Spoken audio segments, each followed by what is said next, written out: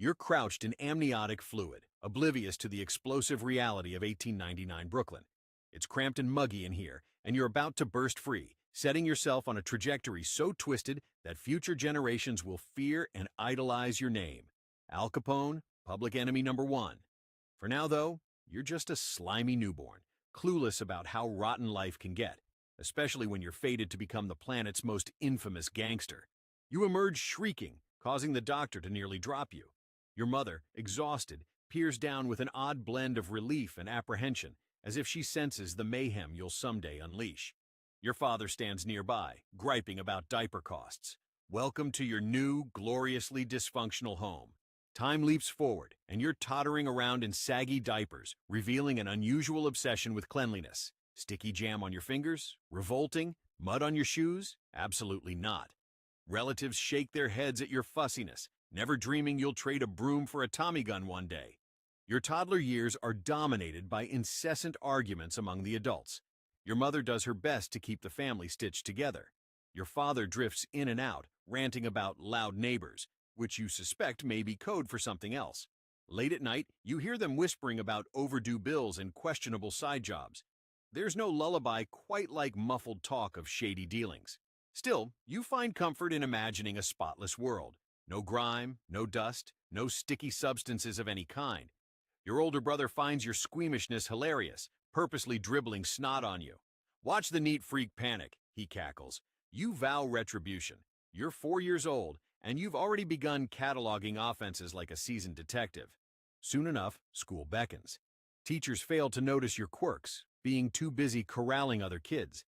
You try to stifle your cleanliness obsession, but you can't hide your horror at clouds of chalk dust. One day, a classmate sneers, "Snobby Capone," and you lash out, hurling a pencil that grazes his ear. You discover that violence, while messy, can be so effective.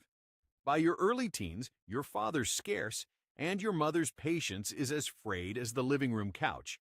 Your older brother invites shady friends over, and you pick up on their mutterings about business opportunities and the quick cash they pass around.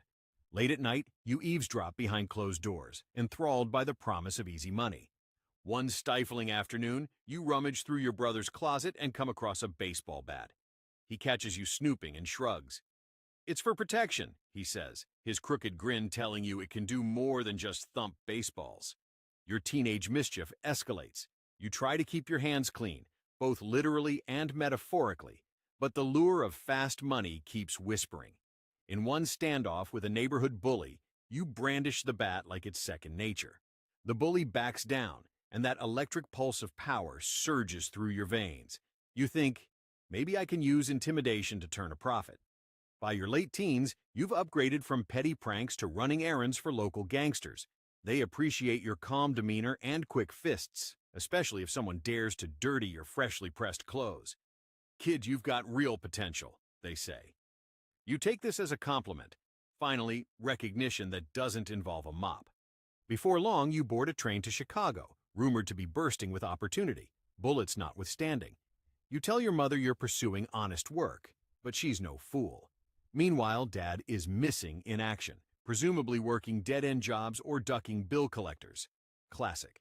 Chicago greets you with a roar of jazz clubs, secret speakeasies, and back-alley deals. Prohibition means booze is king, and you've stumbled into the ultimate cash cow. You connect with Johnny Torrio, a slick operator who admires your meticulous approach to life and violence. "We'll mold you into a proper businessman," he assures you. You grin, thinking, whatever gets me up the ladder. Soon you're bribing cops and elbowing out rivals with chilling poise. You beam for the cameras, crafting a public image of benevolence. Some hapless souls even see you as a Robin Hood figure, oblivious to the bat behind your back. You indulge their hero worship with autographs. Then comes a bar brawl that slices your cheek. People start calling you Scarface, a nickname you despise. You'd prefer something more elegant, Sir Capone, perhaps, but you swallow your pride. Reputations stick, whether you like them or not. Behind closed doors, your life is pure chaos. You marry, have a child, and attempt to be a normal family man. Dinner is a circus. Your wife scolds you for staying out too late. Your kid bargains for candy to finish vegetables, and you cringe at every drop of spilled sauce. Old habits don't die, they just become more inconvenient. Occasionally, your mother visits from Brooklyn, scowling at your expensive suits and lamenting your father's honest pennies. You roll your eyes, wishing she could recognize how far you've come, though maybe not in the moral sense. In time, you crave more power, territory, and respect. Rivals stand in your path, and you deal with them decisively, your methods anything but subtle. Rumors spread that you have an army of gun-toting enforcers at your beck and call. Some nights, you revel in your own legend. Other nights, you're bored of the fear. Couldn't they admire your generosity or hygiene for once? Then the St. Valentine's Day Massacre stuns Chicago, a ruthless ambush that leaves the city reeling and headlines seething. Half of Chicago trembles, the other half pretends everything's fine because they still need your bootleg liquor. You secretly revel in the attention, shrugging it off as just business. But the government has other plans. Your downfall doesn't come from a rival's bullet or a mutinous underling, it's taxes. Accountants drag you down, ledgers in hand. You rage at your associates? Taxes? Really?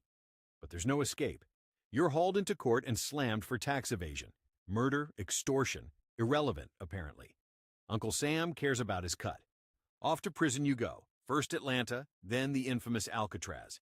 Guards waste no time bursting your bubble. You try to maintain a tidy cell, but your fellow inmates aren't exactly fans of your fussiness. I once bathed in champagne, you gripe while scrubbing toilets. Syphilis also worms its way into your brain, leaving you disoriented and prone to babbling about opening more speakeasies. The once dreaded Al Capone reduced to a confused man ranting about grime, life's ironic turn. When you finally leave prison, you're a mere shell of your former self, frail and mentally adrift. Florida beckons with promises of balmy weather and some shred of peace.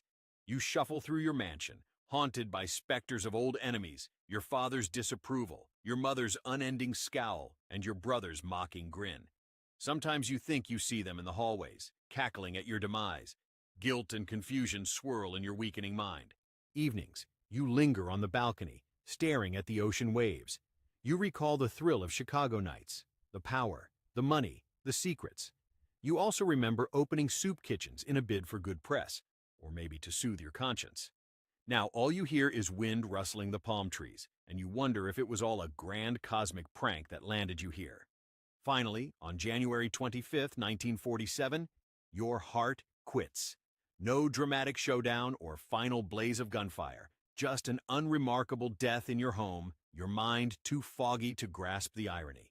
You leave behind a myth that will captivate generations, who'll debate whether you were pure evil or simply shaped by a brutal era. They'll note your neat freak persona, your savage streak, and the punchline that taxes, not bullets, brought you down. So this was your life, Al Capone, from a wailing infant disgusted by sticky jam to the unstoppable kingpin of Chicago, then a disoriented ex-con scrubbing floors in prison. You soared, crashed, and never saw the final twist coming. Guns you could handle, but you lost to the IRS. If this roller coaster intrigued you, show some love. Like, subscribe, the works. After all, you survived Capone's wild tale. Who knows what else lurks around the corner?